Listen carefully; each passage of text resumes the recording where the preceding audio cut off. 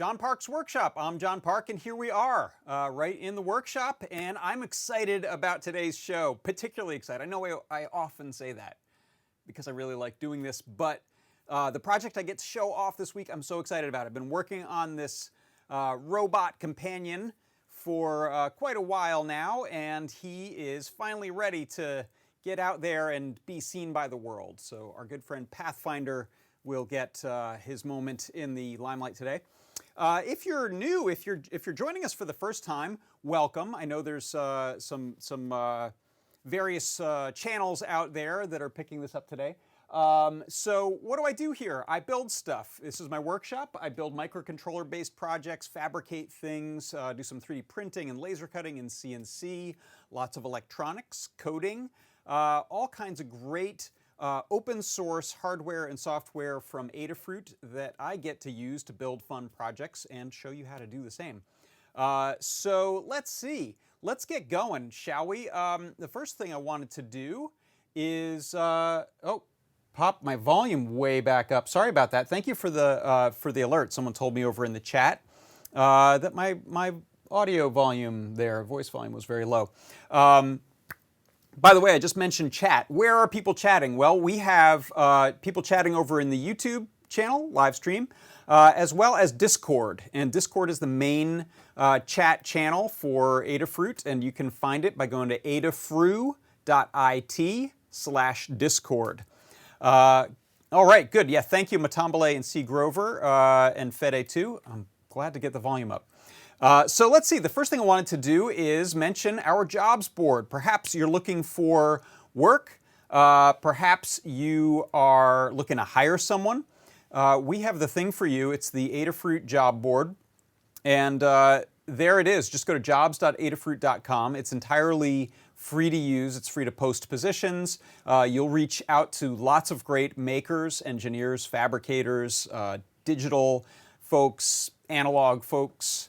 And if you're looking for work, you can post your resume up there, and people may find you. And that can include contract work, freelance work, remote work, on-site work, full-time, part-time, no time, probably not that. So that's the jobs.adafruit.com, so go check that out.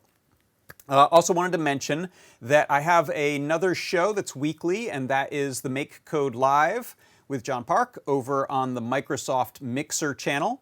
As well as other fine YouTube and other streaming from Adafruit. So go check that out. And on that show, I build projects in MakeCode, and I get an hour to do it. So you may be familiar with the MakeCode Minute, which I do right here, that usually lasts more like 2.5 minutes.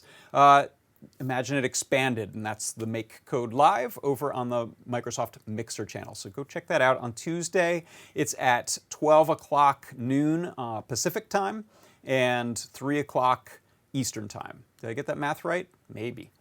Another show is going to be the show and tell, and that I'll be running a little bit after this show today. That'll be at 2:30 Pacific, 5:30 Eastern. It's so helpful that I wrote it there so I can just read it.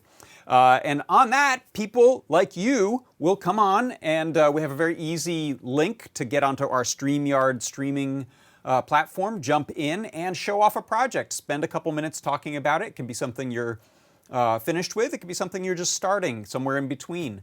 So come on by, and it's fun to watch. It's also fun to participate in the show and tell. So please come on over at 2:30, and you can look on our blog to find out more on the Adafruit blog, and jump into Discord right around noon, or right around 2:30 rather, right around the time of the show, to grab a link and hop in.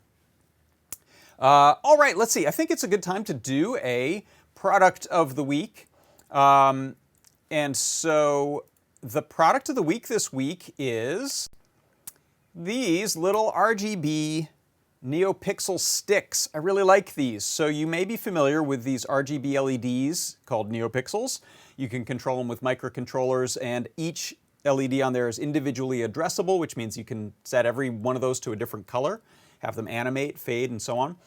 We have rings, we have grids, we have long flexible strips, and then we got these little guys. I feel like these are some of the forgotten members of the NeoPixel family. I love them, and in fact I'm going to show one in my MakeCode Minute today. They're 8 pixels, which is great if you're doing music-based projects, if you want to do things like sequencers or other music grid-based stuff. And you can also link them together if you have more. In fact, I have a set here I've shown before where I've soldered little connectors end to end so they can go into each other like that. You can probably get them a little closer if you don't use all those big connectors I did there. So that's the product of the week, and this one in particular is a red, green, blue, and white NeoPixel stick. What does that mean? It means that every one of those little dots has a 4th diode. So these work by having very, very tiny diodes inside, red, green, and blue normally, and you can color mix those to get lots of colors in between. Usually to get white, you just turn them all on full blast, and it's pretty white, but not perfect. It usually has some sort of a color cast. So we have these RGBW. They have that 4th LED, which is just pure white. And we have them in 3 flavors. There are, in fact, let me pop up our page for these. The ones I'm showing right here are cool white, but we also have them in warm white and neutral or natural white. So those are different color temperatures for those. This one happens to be in stock, so I'm highlighting that one right now. But if you want one of these other ones, you can click notify me and you'll find out when it's back in stock. So that's my product pick of the week this week, and it is the RGBW NeoPixel stick. So, by the way, I mentioned our Discord. If you don't know what that is, that's it. That's the Discord channel for the live broadcasts. We have chats in here that range from pet photos and off-topic things to help with different coding languages, CircuitPython, Arduino, Raspberry Pi help, project help, as well as 3D printing and a whole slew of other channels. But this channel right here where we're hanging out today is the live broadcast chat, so you can head on over there.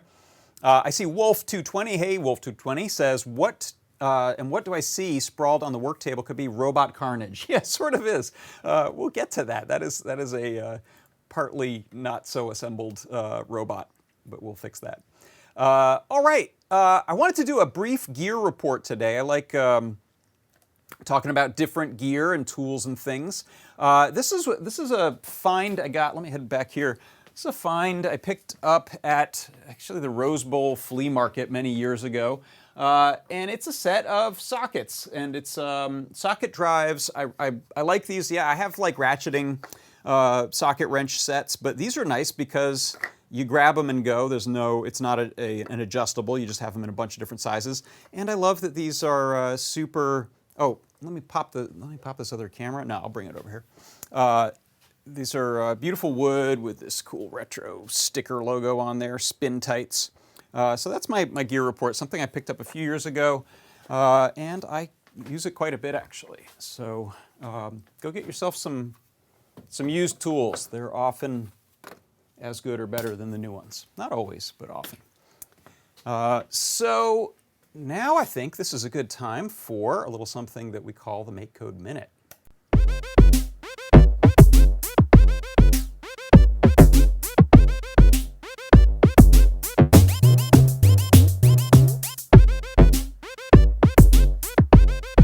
Okay, let me bring this window up front here. So what I wanted to show in the MakeCode Minute today is how you can use RGBW NeoPixels inside of MakeCode. So I mentioned these earlier. This is red, green, blue, and white. These are NeoPixels that actually have 4 diodes in them, and they can be mixed into a bunch of different colors. Let me show you a practical demonstration of why this comes up as a question. So if you look here in my overhead view, I'm putting a little diffuser in just because they're pretty bright. This is the set of the cool NeoPixels, so this is the cool white.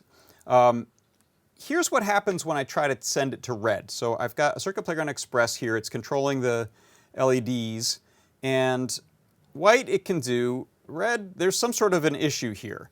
If I try to run through the colors, red, green, blue, it's just nonsense.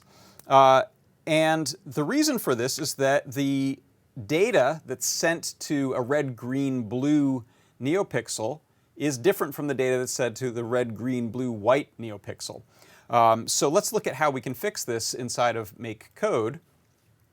If I look in the light NeoPixel category, here's where we can set up an external NeoPixel strip. Way down at the bottom is a mode selection block. So I'll bring one of these in. Actually, I've already got some in there, so that's a bit cheating.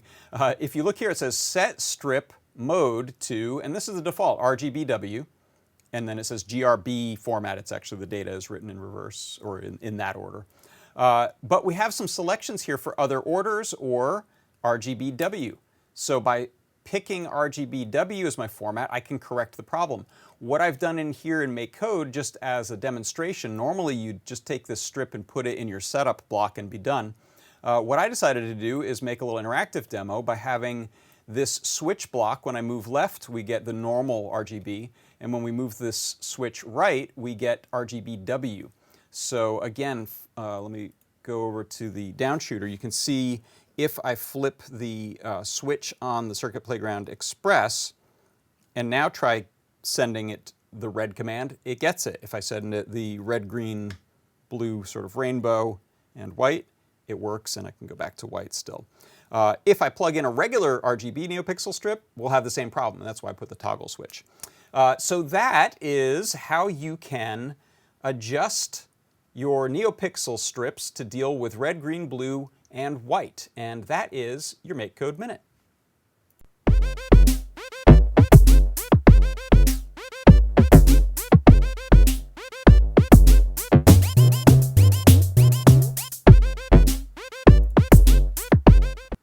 All right, and in that case, the idea, I want to thank the forums, Adafruit forums. There was a question in there about this exact thing. How do I deal with RGBW NeoPixels? It's not obvious at first, maybe in MakeCode where some of these deeper NeoPixel preferences live, and now you know. So that is the power of the forums. So head there if you have questions, or head there to answer them.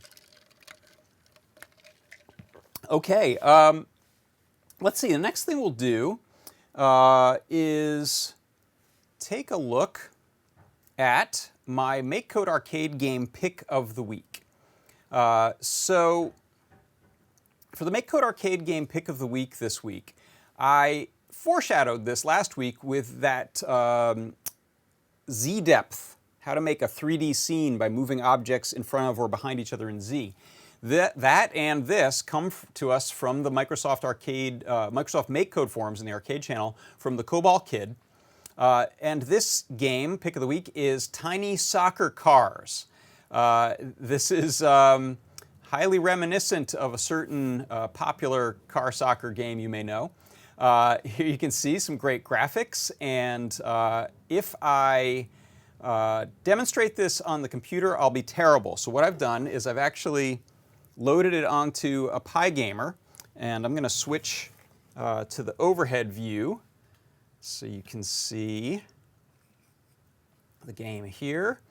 And I'll turn this on, and you'll see that we have a pretty convincing, we'll go to easy mode, say, it's not so easy, car soccer game with incredible physics. So here I can jump, I can thrust, rocket thrust, I forget what that's called in the game, boost. And we try as these helpless, terrible soccer playing cars to get that into the goal, and it bounces off the walls. It has this shadow on the ground. It has depth. Really an incredible, oh yes, am I going to score? Woohoo! And it even explodes the cars away from the goal when you score. So that is just simply amazing coding inside of MakeCode Arcade. So if you check out this, and I'll be posting it soon, you'll see a link, but if you head to the Arcade forums, you can play the game, and you can also hit edit code and take a look at what goes into the making of this game. It's very advanced, but there's a lot of great stuff in there, a lot of great tips that you might glean some info from. So please go check it out. That is Tiny Soccer Cars by the COBOL Kid, and that is my MakeCode Arcade game pick of the week. All right, let's see, what's next? I wanted to do a brief look back at last week's project because I have it all nice and finished up here. In fact, if I just turn it on back here, it makes a good sign in the back. This is the protest sign, the digital protest sign. You'll see a little flicker on camera. That's not apparent in real life to the naked eye. It has to do with the refresh rate of the computer and the camera. So this is a 64 by 32 pixel RGB, red, green, blue, matrix. These panels are part of Jumbotrons normally, but we have them in these sort of convenient little breakout versions. And I've got a nice piece of diffusing acrylic over the front to make the LEDs look a little nicer and make them takes a little bit of the over bright off of them. These can be blinding. And you can see here, I've got it attached now to a yardstick, piece of yardstick there, which is incidentally right within the regulation of Los Angeles County for a protest sign. I'm not so sure about this part. You might want to check your local ordinances, but a stick this size is what is the largest you should be using to hold up a sign. So I've got the battery pack, the buck converter that takes that roughly 10 volts or so of nickel metal hydride batteries, AA's, down to 5 volts with lots of current available. And then I've got my little feather board tucked away nicely and the driver for the RGB matrix. So that guide should be up soon. I've got that, I think, in moderation right now. Lady Ada should be taking a look at it. Ann Barella has done an editing pass, so it can be as good as it can be. And I'm very precariously holding it in a pan of ice here so that it stands nicely. Okay, so let's see. I think that covers all of the things that aren't Pathfinder. So I think it's time to get in Pathfinder. First of all, let me give you a little background on Pathfinder and this game. So the game here is Apex Legends, which is a battle royale, an online battle royale game. If you're not familiar with battle royales, think first-person shooter, something like Doom or Quake, Unreal. But there is a set of teams that are all trying to win, kill each other basically, on an ever-decreasing map. And so PlayerUnknown Battlegrounds, PUBG, was sort of the first very successful and popular battle royale game. And now things like Fortnite and Apex Legends follow a similar play style. Lots of fun. In this game, in Apex Legends, there's a character who is based on Titanfall, which is a previous game from Respawn, and that is our friend Pathfinder. So I talked with Sugru, who, if you're not familiar with Sugru, they are the makers of an incredible moldable rubber-like glue, and it cures into a rubber-like finish. I use it a ton. If you've watched this show much, you've probably seen me use it. I've been using it for, I don't know, 10 years, however long ago they launched. I started using it right away. I love it, and I was talking with Sugru, and they said, hey, we'd love for you to build a project where you can do something that you want to build, something cool and creative, and highlight how you use Sugru in that. So I came up with this idea of doing 3D printed Pathfinder robot who incorporates a Pi portal in the chest. So this is our little touchscreen microcontroller that runs CircuitPython, and it can do a bit of everything. I've got it sending audio, I've got it controlling an LED for his head. You could put an SD card on here if you had tons of images. I'm just storing them on the RAM that's built in. It does Wi-Fi, so you can do a ton with this. And I'm using it in a simple but effective capacity, I think, here. So let me show you. This is a little 90-second. So what happens? I built the robot, and yeah, someone asked, so a sponsorship. Yeah, it's sort of a sponsorship, partnership type of thing between Adafruit, Sugru, and me. And I would never do this on a product that I didn't use, and there's 10 years of evidence of me using this, so please don't worry, I'm not selling out. But thank you for the question, Wolf220. It's a good one to get out of the way. I was compensated to build this. I didn't do it out of goodwill only. I built this. I filmed myself doing the build. I have an Adafruit Learn guide on the way, but I also sent footage to Sugru, and they were able to cut together a video of the build, and they have a couple versions. You can see a longer, almost 10-minute version, but I'll play you right now a little 90-second cut, especially because it has footage of Pathfinder from the game, so you can see who this character is. So let me play this. Hopefully you'll hear the audio on it. If not,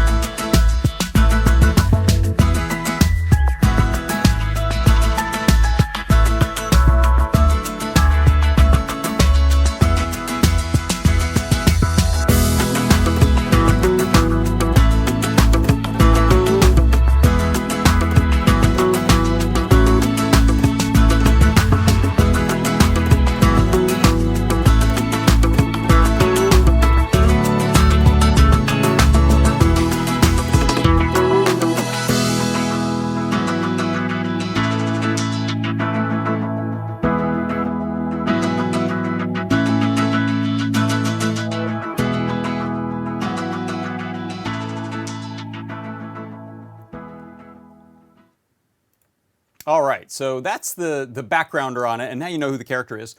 So let me switch over to the workbench cam, and I'll show you how the heck this all goes together, and I'll demonstrate how he works once he's put together. So first of all, you'll notice there's a lot of sprawled out parts over here.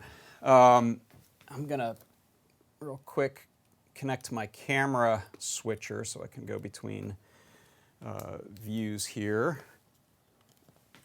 If it lets me, let me reconnect this real quick. Oh, that doesn't want to join. Hold on one second. I've been disconnecting my camera switcher since sometimes Moo wants to talk to it very badly. Let's see. Let's try. I'll try reloading this.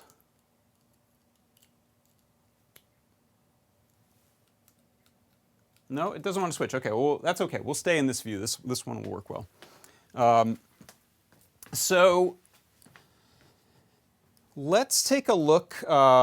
First of all, so I mentioned I've got the PyPortal here as the brains of this.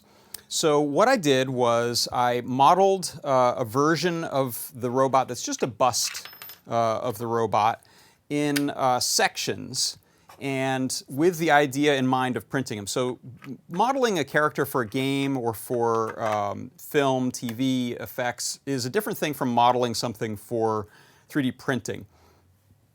So I had to keep in mind the tolerances. My best friend is a set of calipers, digital calipers, because I'm measuring everything and figuring out how large of an opening do I need for a screen to go in here, where will I connect things, where can I fit little screw holes and things like that, and how will I put it all together. So I have 3D printed parts here. In a couple of cases, I have heat set brass inserts that I've pressed down into there so that I can actually have something to screw into with these M4 screws. So these go together like this. You'll see here I printed out a holder for the PyPortal, as well as I'm using the acrylic frame, which is part of the PyPortal kit there, because that was a nice frame to make the ratio look good.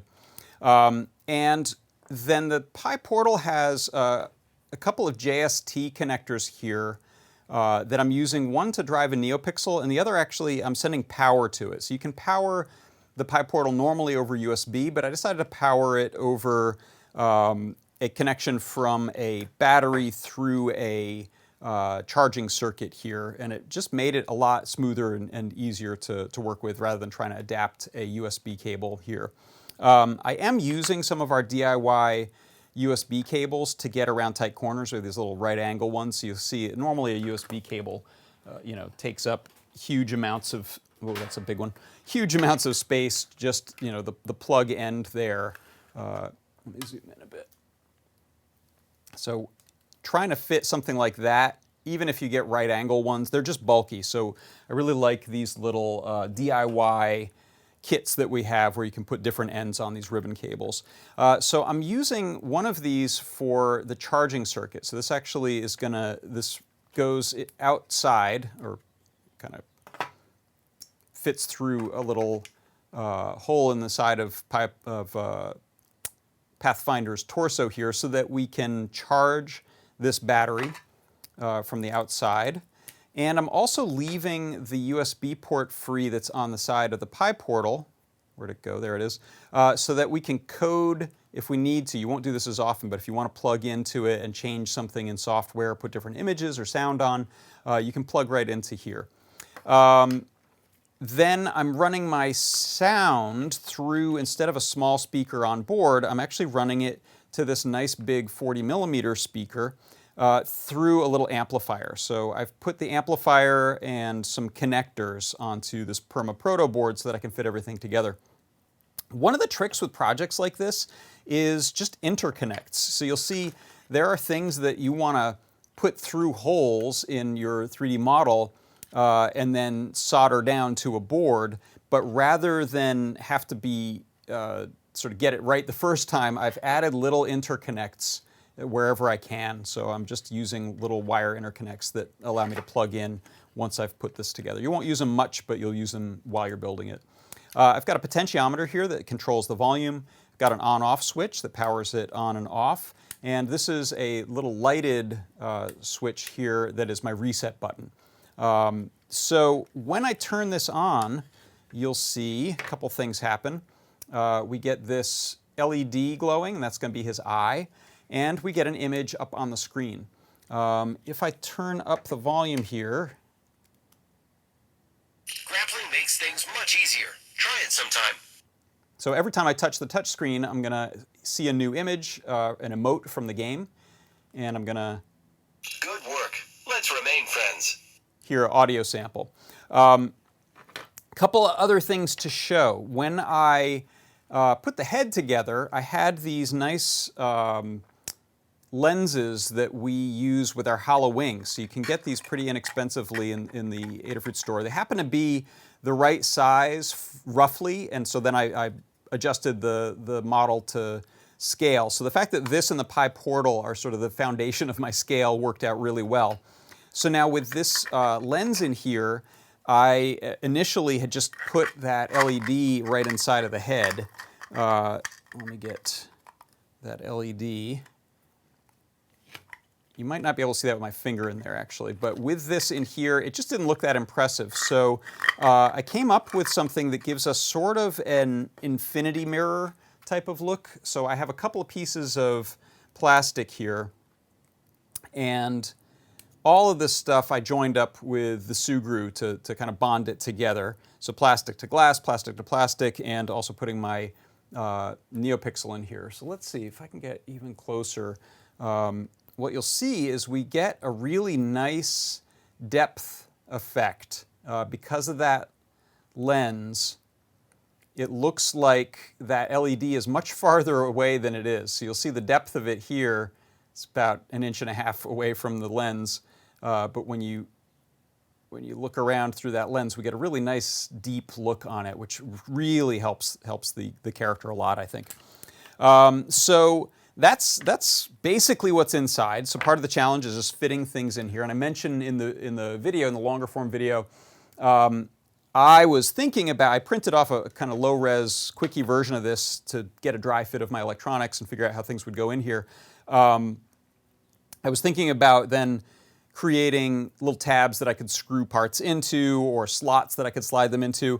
And I realized it actually would work out pretty well to just set these in and once I have them in place, put a little bit of Sugru as like a holder for them. So it's pretty permanent. You could take it off if you needed to and adjust things, but essentially this part I only need it to work once. So those parts are kind of held in place with this rubberized glue in there.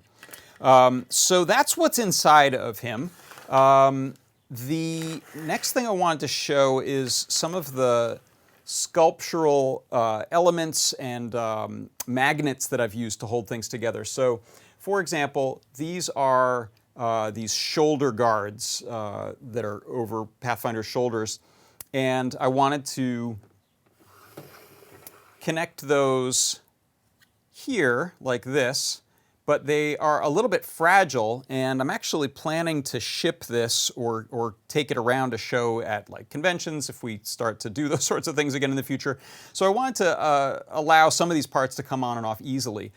So what I did was I have attached a couple of magnets here using some Sugru to hold them in place, and those just grab onto each other.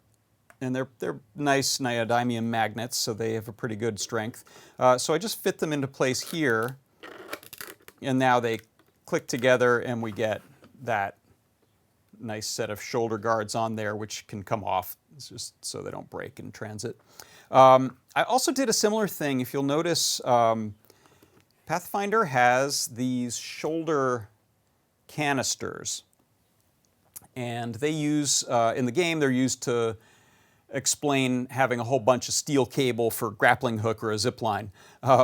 So here, what I decided, again, this would be really kind of a fragile thing to have sitting off to the side all the time. So again, I've placed magnets with Sugru into these little cups that are where these connect and into the base of the cylinders. So now I can just set those in place and they stay where you put them well enough. And you can kind of angle them and change the way they look to some degree, which is also fun. So that's a couple uses of magnets being held in place on there.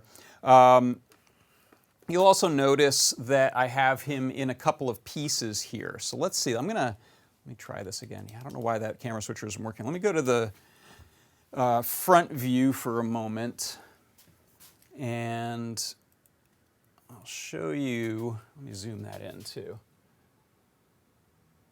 There we go. So I'll show you, again, to keep this modular, I've got this base section, and this is what I call the abdomen. There's this abdomen roller, there's these brackets, and then these sort of magazines or holders, pouches in the front. So these, again, were built all as separate parts and then joined together. But I have left this piece separate. I've actually had a little museum wax on there to hold it mostly in place, keep it still. But you could go without that. You could also choose to put something like Sugru or hot glue on there in order to hold that in place. But gravity does a good job. So if I set him down, it almost didn't do a good job there. He's starting to tilt. I think, yeah, so he's tilting forward a little bit there. So I can tip him back just a bit. So that allows me to place him pretty nicely, and you can see he'll work even without that. So depending on your configuration, you could have this sort of smaller, leaner version, or we can have this more impressive version. And you know, it was definite design decision to not do legs and arms, because he would stand about this tall if he had his legs. He's sort of a tall, lean robot. And I didn't want to deal with something that huge, and I thought this was a nicer sort of symbolic version of Pathfinder without trying to do a slavish one-to-one detail version. So you'll see here in the end, I can zoom in a little more here, I've got a nice milled aluminum or machined aluminum volume knob here for that potentiometer that adjusts the volume. I've got the on-off switch here and the reset if I need it. So let me show you him in action, and then I'll show you the software that I'm using. So I'm going to put that volume up and turn it on. It boots up. And you can see in that camera, I'll point his head right at that. Okay, yeah, if I tip him back a little, that's good.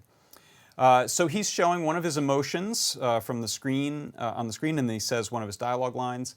And now, Grappling makes things much easier. in this Try it mode, sometime. I just touch it to advance. So you could have it sitting on your desk. It's not bothering you a lot, but if you feel like doing something, you could Good like work. this. Let's remain friends. Also, I could plug this in over USB, so it'll run off a USB and charge the battery if we plug that in, and that is just this little port right here on the side. I also have a mode where he'll just do a slideshow. So he'll continuously change out those images, and you can do it in silent mode if you get annoyed by the voiceover, which you will after a while, or you can leave it on as sort of a demonstration mode. So I think that covers pretty well the sort of basics of who this guy is and why I made him. So let me show you some of the software. This was written in CircuitPython. And so that PyPortal is running CircuitPython, and I have, let's see, I can go to how about a view of Atom? And I can zoom into that a little bit more so you can read it a little better. And maybe I can make this window a little bigger too. Hold on. Sure. Try it like that. Marginally bigger. So if you look at this, I have two versions of the code here. I haven't merged them, which probably I could and throw another switch at the top, but these are very similar but have some differences to them. So this is the touch code. This is the code that was just running on there. And so if you look, you'll see I have, this is Python, CircuitPython. In here, the first thing I'm doing is I'm importing libraries which are convenient pieces of code or code that makes some things convenient without making my code huge. So it's functions and things that I'm reusing that have already been written. So here I'm bringing in the board, which gives us definitions of the different controls and pins and things that are inputs and outputs on the board. Display I/O is part of what's used to display the images on the screen. Time, because I'm using things like pausing between slideshow updates. And NeoPixel, so I can light up that eye. And then this one here is the big one. This is Adafruit PyPortal library. I'm importing that with a easier name, PyPortal. And that does a whole bunch of stuff that we could get into with Wi-Fi if you wanted this to automatically update with data that's being output as JSON data. You can have cat photos, you can have Bitcoin values. So we've done a bunch of these sort of IoT types of projects, weather portals using the PyPortal. In this project, I'm not using the Wi-Fi at all, but it's definitely an option that's there. Then I have these two variables that I call user settings. The sound mode, silent is 0 and normal is 1, or on is 1. And the eye mode, 0 is always red, which is actually, I think, how Pathfinder is in the game. But I decided to have some fun and allow it to change a different color depending on the emote. So you can be a purist. If you hit 0, if you hit 1, it's going to update. So the next things that I'm doing in here are setting up some colors that I can use by name. So these are red, green, blue values, but I just want to call them by name to make life easier. And then I build an array of those colors here. Let me turn on the code wrapping real quick. Soft wrap. Okay. So this is the order of the different colors that it'll go in that I have matched up to the different images on the screen. And again, this is part of this is done to make it as clear as possible. There are ways you could optimize this and neaten it up, but I don't want to do that. I want to make it easy for someone who's newer to coding to be able to look at this and understand. And myself, I always find it easier if my code isn't too clever or obscured, so I leave it that way for me too. I don't want to lie. So the next thing I'm doing is I'm filling all of the pixels, which is the 1 pixel, with the first color, which is pink here. That's the first color it goes to. And then I show it. So that's the boot up color. Then I have, similarly, I have some arrays here that are the names of the different bitmap files. So those just live, BMP files that are just raster graphics that live on Pathfinder's PyPortal in there. And these were WAV files. So for the audio, these are audio WAV files that live in a folder called VoiceOver. folder for the images I call emotes. Then we set up the PyPortal, and we then open up a file. So this is some of our typical code for opening up an image file.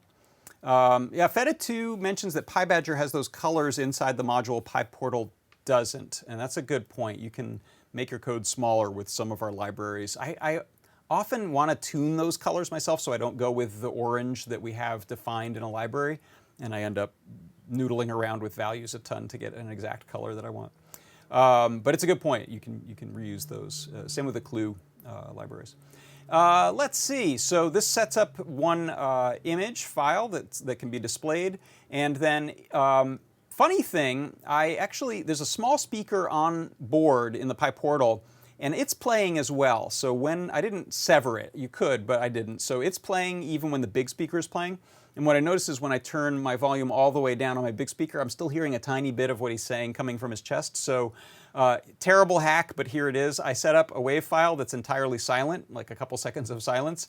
It's called Pathfinder silent.wave. That plays when it's in silent mode so that we don't hear anything. Otherwise, we had issues. So let's see. What else? The PyPortal touchscreen setup is next, and this is all that's happening in this one while it's playing. Is just waiting for a touchscreen press. It passes if it doesn't get one. If it does get a touchscreen press, we essentially play an image, fill the pixel, play a sound, and then increment the number to the next one. And we always loop through the 10 possibles. So that's how this works. This is using this percentage sign 11. That's called modulo. It's a great way to wrap between 0 and 10 over and over again, which is what we're doing. That is it. That is all it does. Here's the other version. And I got to turn on my wrapping again. Yeah, someone asked what editor this is. I'm using Atom.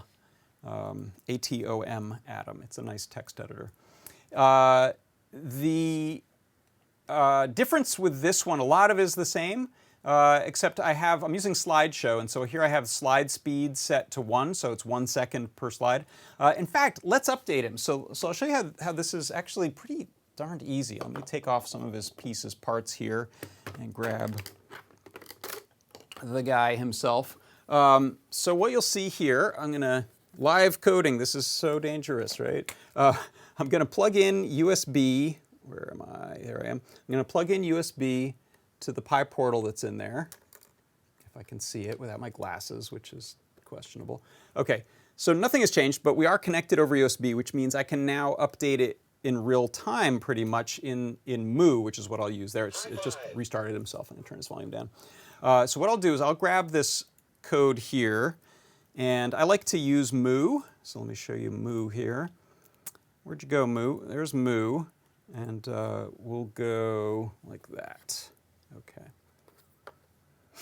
And where's my Moo? Okay, so Moo here, what I'll do is I'm going to paste in that other code. I can zoom in a little more there so you can see it. And all I'll do is hit save. When I hit save, you see it just updated on the screen, and now it's running my new code. So now with this new code, it is in this slideshow mode, so you notice I'm not having to touch the touch screen. He updates. I can get Moo out of here now. He updates automatically. Let me get the glare off of him. And I think I have the silent mode on. Yeah, so even though I'm turning the volume up, we're not hearing him. So let's go change that. So let's see, you want to adjust this. We can go into Moo up at the very top. I like to put these user variables up towards the top. So iMode is at 1. Let's change iMode to always red, purest mode. Sound mode, silent, we'll switch that to normal. Slide speed, yeah, 1 second is fine. I don't remember what the fastest we can go is. It takes a moment to refresh. Things much easier. Try it sometime. Good work. Let's remain friends. So you see now it's never updating the color of the LED. It's just always going to red. Yourself, blame me. Let's go through the full set. Don't beat yourself up. Leave that to me. That was a joke. There's a screen on here that I love that was actually made by a friend of mine. Have as much fun as me? Oh, too loud. Hello? My friend Joe Bowers I'm sorry, but you could have killed my friends. Is actually an animator at Respawn, works on this game, works on this character. Congratulations. That's to his. me. So he made this really cute I did really good bitmap today. version I can't wait to tell my creator. of Pathfinder to wear on his own chest, little sort of 8-bit pixel art. I beat you. And then he should loop High five. back around after this one. I think this is the last one. Let's see. Great moves, friend. Yeah. Sorry you lost. Oh, I think I'm out of sync, though, on the audio. I'll have to look at that. Grappling makes things much easier. Try it sometime. I think that's right. Yeah. So other than that, I didn't mention there's my little reset. So if I need to reset the board, I can press that, and it's going to restart it. And the reason you use that usually is if you are... let me turn him off because he's still talking back here. You'll actually, you know what? Let's put him in silent mode, and then I can leave him back there. The reason you'd use that reset is if you have it plugged in over USB and you want to make changes to Circuit Python versions that are on there, particularly, or bootloader versions that are on there, sometimes you need to click or double click the reset button. So that's why I put that switch in there. There we go. So I'll turn him back on, even though he's plugged into USB. I want to get the power from the battery, so that switch allows me to get the power from the battery. So I'm going to switch this to sound mode silent. Let's go to I mode. Changes. Hit save, and now when it restarts, it's not, even if I turn the volume all the way up, we shouldn't hear anything. Yeah. So I can unplug USB now, and he's still doing his thing. So, you know, this is something you could never change. You could decide, you know, I'm just going to leave him be. But you might get interested in noodling around with the code, and there's kind of nothing you can do to break it. You know, you can always put the old code back on. And so I've got a Learn guide that I am working on. I have a preliminary version of that is available at the Sugru site. So if you look, there's links around that will show you how to go there. But if you look up Sugru Pathfinder, you'll probably find it. They also have a contest they're running to win a 3D printer. So go check that out as well. I think can't remember. It might be a Ender. Might be an Ender 3 3D printer. So go check that out. I don't know much about that. Sugru's handling that part of it. But my Learn Guide will be out soon, and it's a big one. It's extensive, as you can imagine. There's a lot to it. But it's doable. And so I have all of the 3D model files available, so you'll be able to take those STLs and have a look at them. In fact, I'll show you one thing. Let me add a movie file to my session here real quick to show you. I have a turnaround video of the parts. Let's see. Where did I put that, though? Hold on. I'm going to put on glasses because I'm reading a tiny type list here. This is the part of the show where you get to watch a guy try to find a file on his computer. Not exciting. At least I'm not sharing my Finder with you. It might be easier for me to do it on YouTube, so I'm going to try that. So let's go to this view here, and YouTube. Let's go to, hey look, that's us right there. That's this show. Let's go to Adafruit. Under Adafruit, videos. If this one's a public one, we'll see it. If not, I gotta switch my account here. This is Inside Baseball. Here we go. I'm gonna become Adafruit in this browser. I think it's an unlisted video, so it doesn't show up yet. All right, videos. Oh, you know what? Sorry, I think it's on mine. I don't think I've uploaded it to Adafruit yet. Is that right? Oops. Yeah, I think that's right. Stand by. Switching back. Get to see all the realness today. Okay, so that's me. Let's go to my channel.